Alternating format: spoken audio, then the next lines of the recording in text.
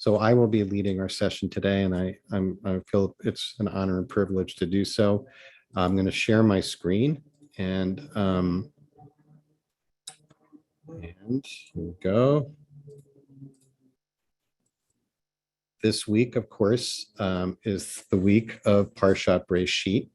The first Torah portion, we celebrated Simchat Torah, some of you 2 days ago, some of you yesterday, or the previous night. Very, very simple mindfulness practice, meditation practice we can derive from this Torah portion, the very first Torah portion in the book of Genesis, from Breshit. We get from the story of the Garden of Eden towards the end of that story. And this is some two short excerpts, both from this Torah portion that we'll read on Shabbat. The first is from Genesis chapter 3, verses 8 through 10. And this takes place after Adam and Eve are in the Garden of Eden. And of course, they eat from the forbidden tree of knowledge of good and evil.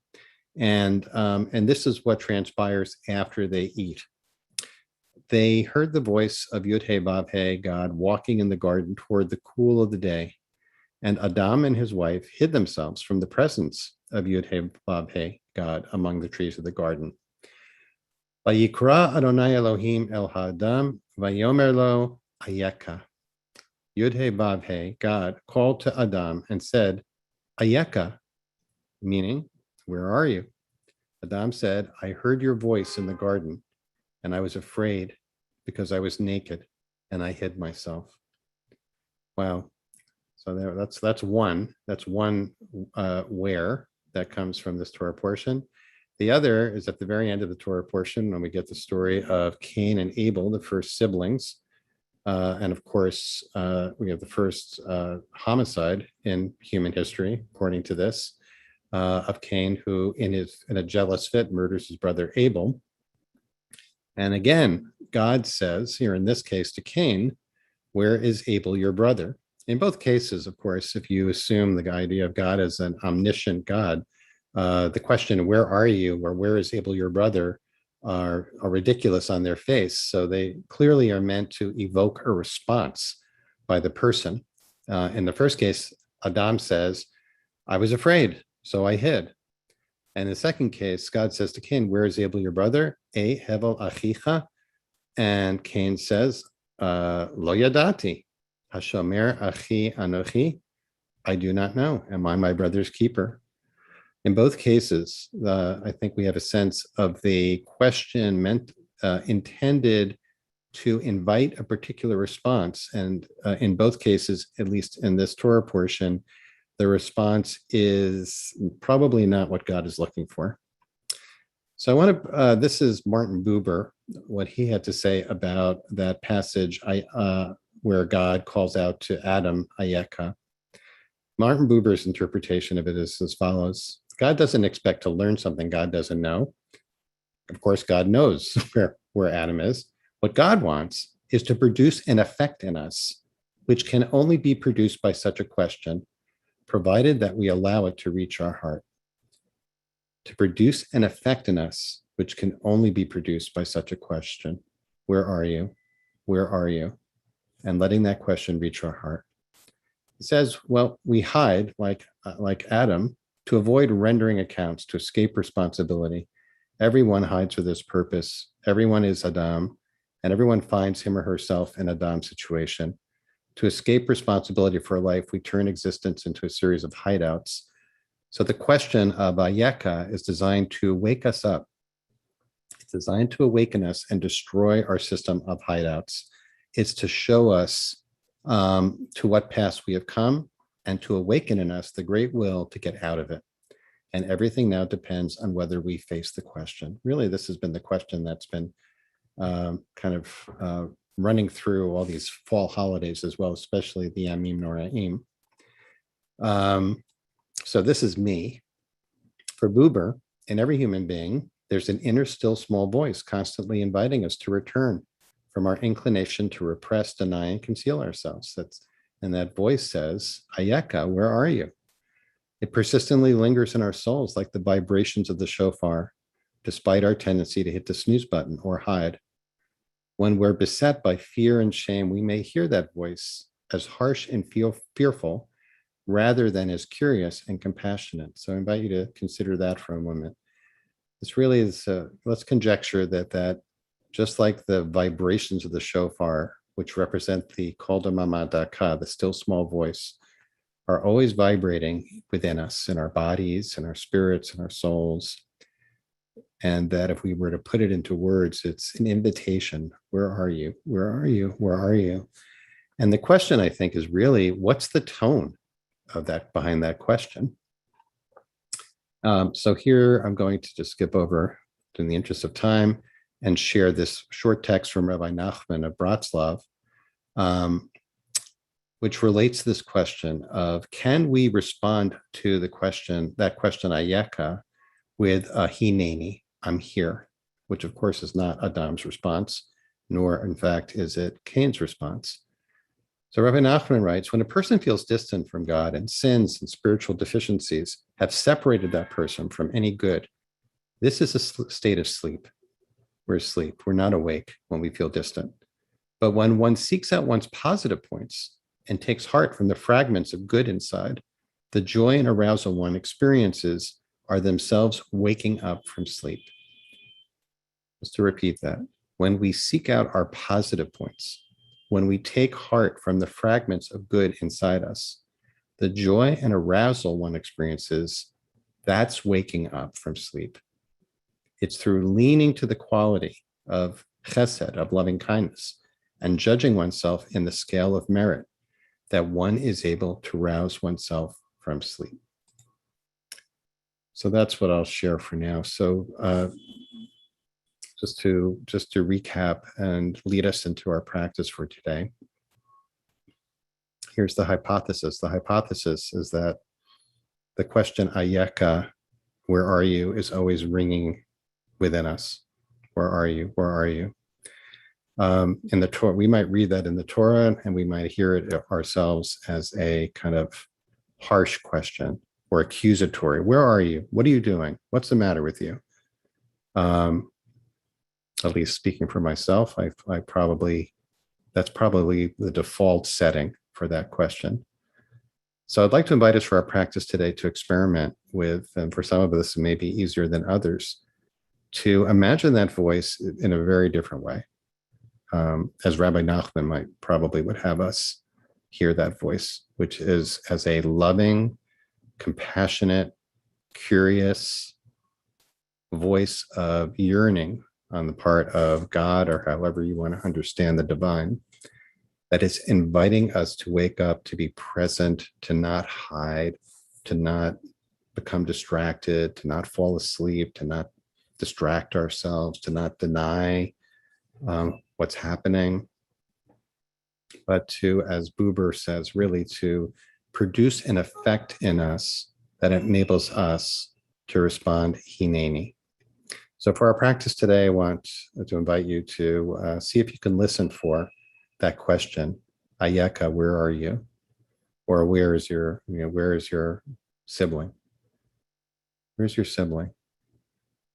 Those may be challenging questions to hear, and see as we hear it whether we can come back again and again by just whispering to ourselves or silently saying to ourselves, hineni, I'm here, I'm present, I'm hanging in, I'm awake right now. And it's likely that we will drift back and forth between the states of sleepiness and awakening, being awake, and to treat all of it with love. For the last few minutes of our set, I'm going to play Rabbi Shir Yaakov Feit's musical version of Rabbi Rami Shapiro's "We Are Loved by an Unending Love." It's a creative interpretation of Ahavat Olam, prayer in the evening, or Ahava Rabbah in the morning. It's a prayer that we say before the Shema, actually, where we remind ourselves that we are loved, that voice of Ayaka, or E Hevel Achicha, is a voice that is expressing itself out of love, not out of criticism, not out of harsh judgment, not out of accusation. So I invite us to find a position that's comfortable for practice today. And as always, it can be seated, it could be seated on a chair. So I'm sitting on right now. You could be sitting on a comfortable seat or sofa. You can be sitting on the floor or on a cushion. You can face the screen or face away from the screen. You might want to adjust yourself. You feel like your eyes could use a break, or you want to just have the experience of not being turned towards a screen right now. And you also could walk.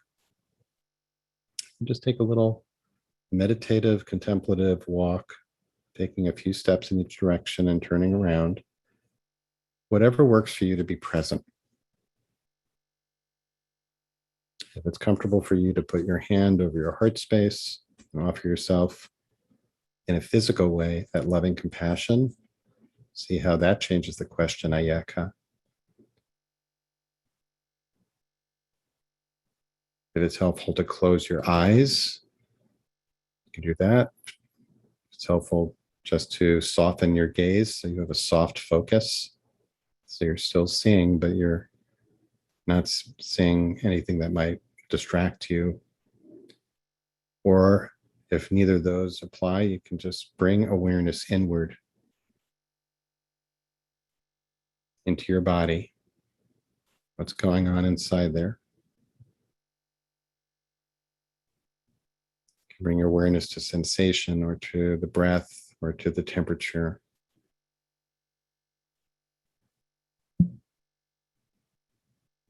Our practice today is just practicing hineni through ahava, being present through love, being invited by a loving voice to come to spend a few minutes together with God. So let's sit for about 10 minutes.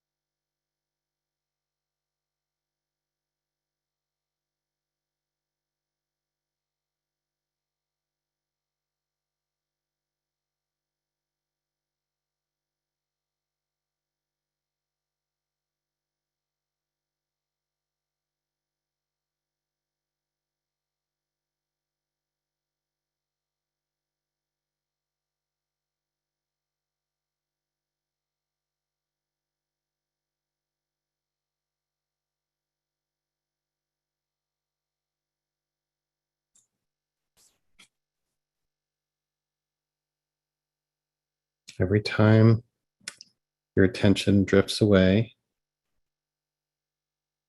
and you notice that, catch yourself, listen for that question, where are you?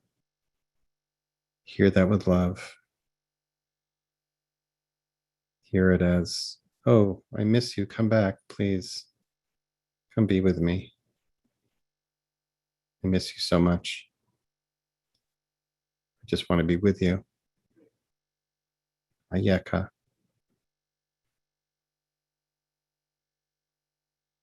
If you're comfortable experimenting with turning the corners of your mouth up into a little smile, you might see if that changes how you hear the question when your attention drifts away, when you fall asleep, when you forget, when you're distracted.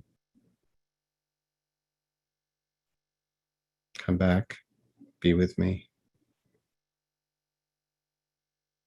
Ayeka.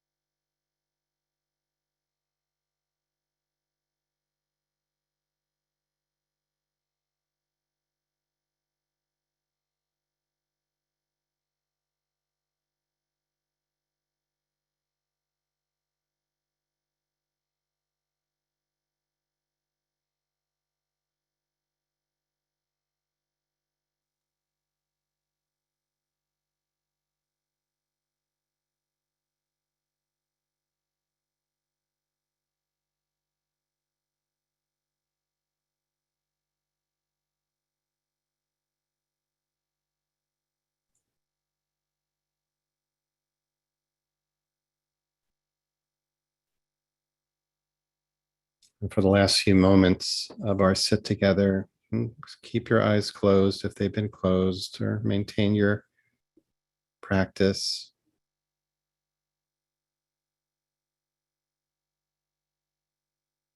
Maybe a few extra deep breaths into the belly to really reset the body, reset our neurology. You can hear the refrain of that question, Ayeka, as an expression of love, of God's love for us, of yearning to be with us, of sadness at our defensiveness and our fear of intimacy with the divine and with each other and with ourselves. And a forgiveness for that fear, which keeps us apart from ourselves and each other and from God. So I'll play Shir Yaakov's version of Unending Love. And let's let ourselves feel bathed by that divine love that is always coming our way from beyond us and from within us.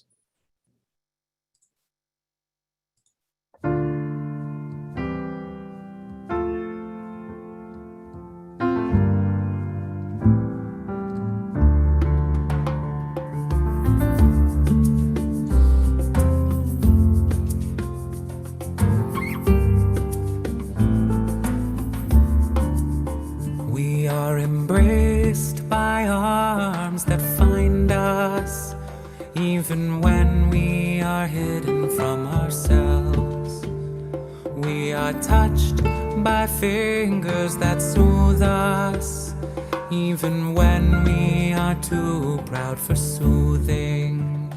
We are counseled by voices that guide us, even when we are too embittered to hear. We are loved, loved, loved by unending love and unending love.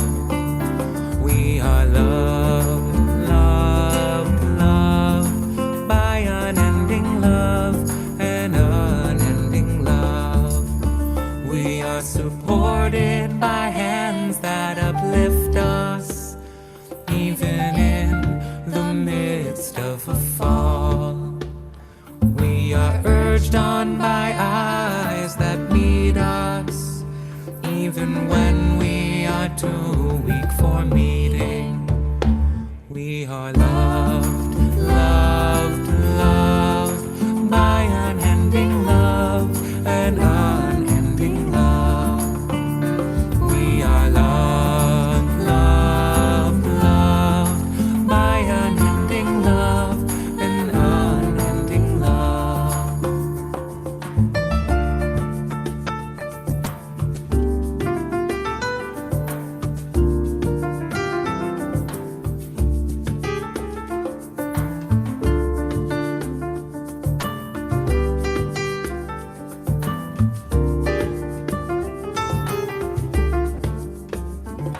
Embraced, touched, soothed, and counseled. Ours are the arms, the fingers, the voices. Ours are the hands, the eyes, the smiles. We are loved by an unending love. We are loved, loved, loved by unending love and unending love.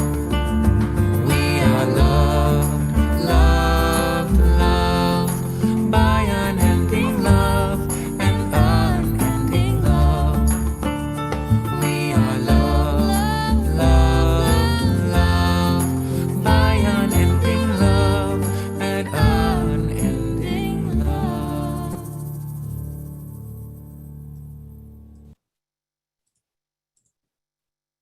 I invite you, if your eyes have been closed, to gently let them open.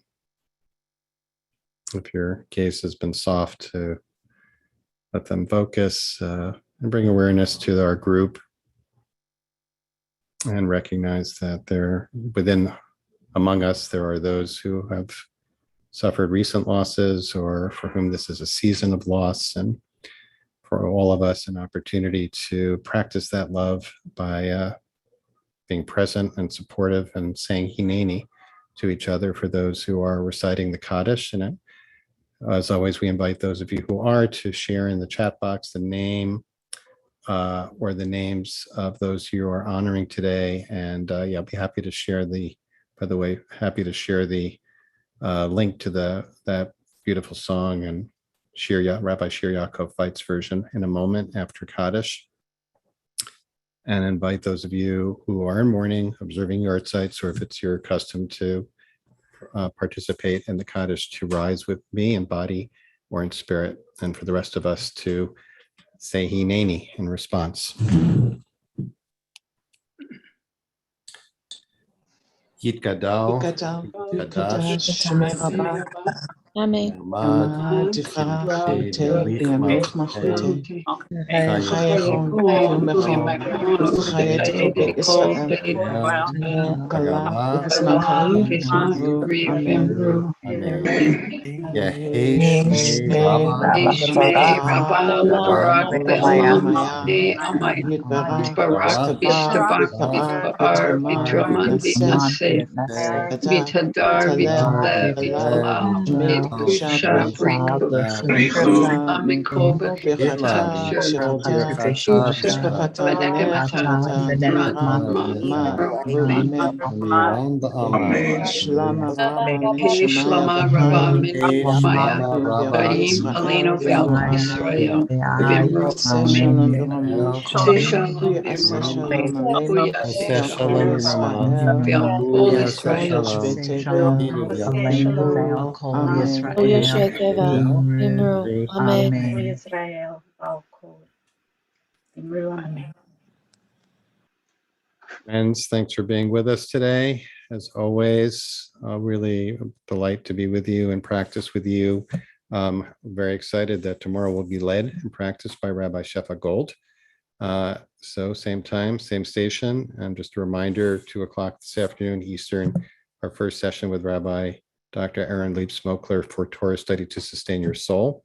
Thanks to Barbara Kuby for sponsoring our practice today. Thanks, as always, to Adi Stein, who held our and holds our text space so beautifully.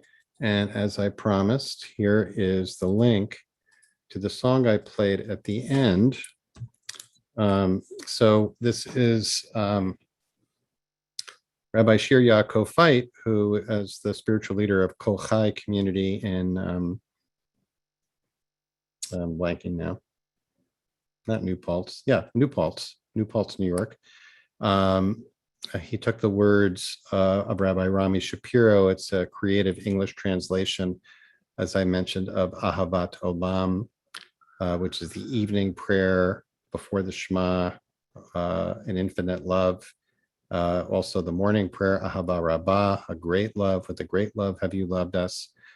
For those who doubt that Judaism can be a spiritual path grounded in love, just open your Siddur to those passages and you will find otherwise.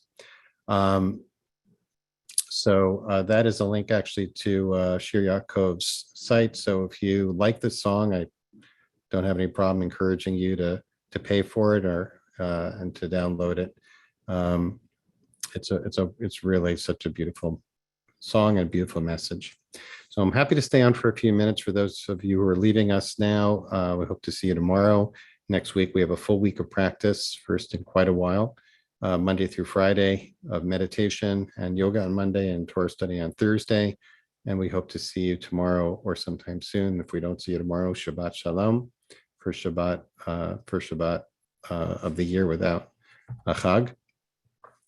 And if you have a question or comment or anything you'd like to reflect on about today's practice, please put it in the chat box. I'll keep an eye for that. But especially if you have a question, please put it in the chat box and preface it with the word question. Okay. Thanks, Lori. My question is about how we might change our Yom Kippur and fourth step practices to include in our diligent self-inventories, not just where we may have missed the mark and failed, but also the positive aspects we bring and are that God misses and that we miss in ourselves. As always, a great question. It's interesting. First of all, just throw out that there are people who have, in addition to or instead of the litany of sins or missing the marks that we recite on Yom Kippur, by way of confession, have made a list of our good points, are the things that we have to feel good about and to recite those, which I think is a really lovely practice, not necessarily in spite of, but here's the thing about Yom Kippur, for me at least, we have a mantra on Yom Kippur that is repeated over and over and over throughout the whole day. not just on Yom Kippur, but actually every holiday. It's part of Jewish liturgy, which is the 13 attributes of mercy that we chant, Adonai, Adonai, Arachum v'Chanun, which is another expression of God, of unconditional love and grace that is recited throughout the day on Yom Kippur, which for me, I'll speak again, as always, for myself, creates this sense of being immersed in a container of love on Yom Kippur that makes it possible to acknowledge the ways I have missed the mark. And that's much less likely to happen if I feel like I'm in an environment that is shaming or harsh or, harshly judgmental. So, and I guess in terms of, since you mentioned the fourth step in 12-step recovery programs, I think that at least my hope is that that is not intended to be, again, also overly self-critical, but actually kind of a release or a step that's undertaken with a lot of self-compassion, and that the experience of sharing one's missteps in step 5 with trusted partners, another way of de-shaming or de-blame, taking some of the toxic energy out of that process. So I don't mean to, I hope I'm not sounding apologetic about it. I think that there's some of that is there, at least for myself. Let me see what other questions we have. Let's see.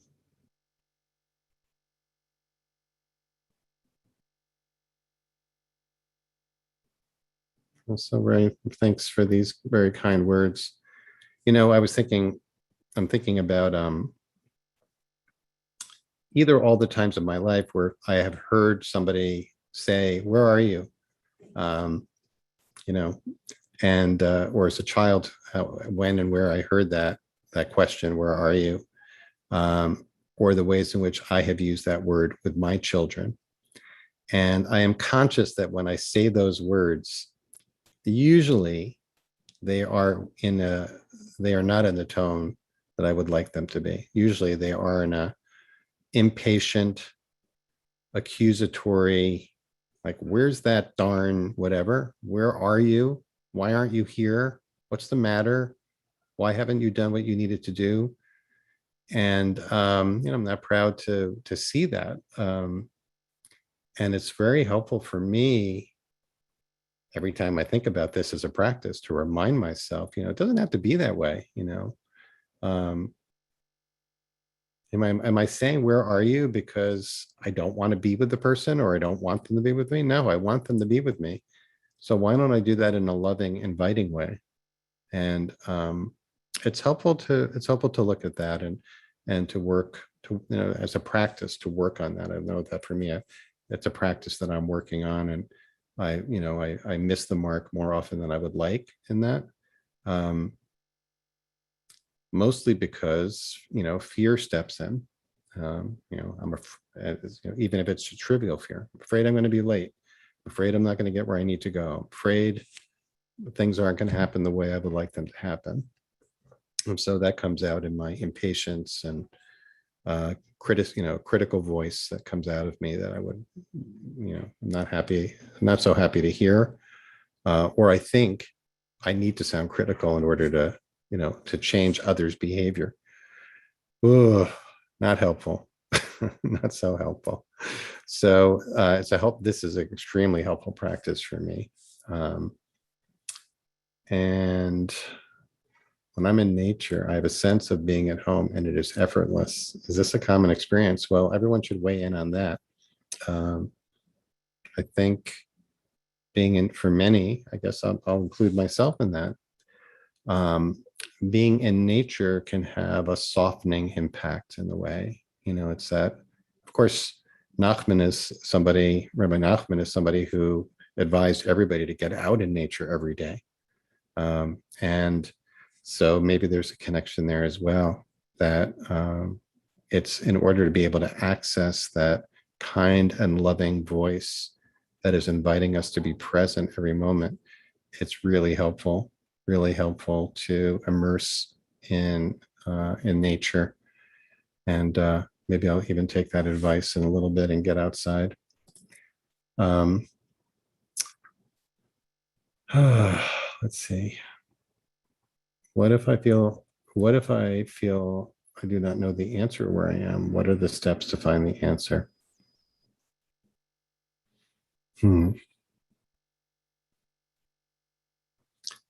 Well, Laura, as always, a great question. And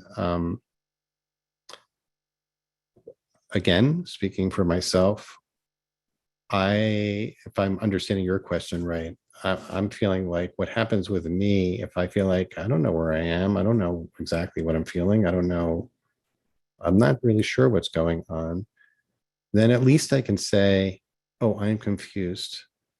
I don't know where I am. That's a response too, to where are you? I don't know. Can you help me? I don't know exactly what I'm feeling. I don't know exactly where I'm at. I don't know exactly what I think or what I should do right here. I am confused. I am cloudy. I am numb, maybe. I'm disconnected. I'm shut down. That's the truth. And I think that's really what the question, that's how I understand the question Ayeka is meant to evoke a search for what is true for us right now. And what can be true for us right now is that we don't know where we are. We don't know what's happening. We're stuck. We're confused. We're cloudy. All of that. Thanks for Monique. Thank you for that. Sometimes when I don't know, when I'm confused, I shout out with no one around. God, I need a hand here. That's really so fantastic. I love that. But if the feelings that arise are painful feelings about an actual sibling, oh, I didn't see the direct message. Sorry, Judith.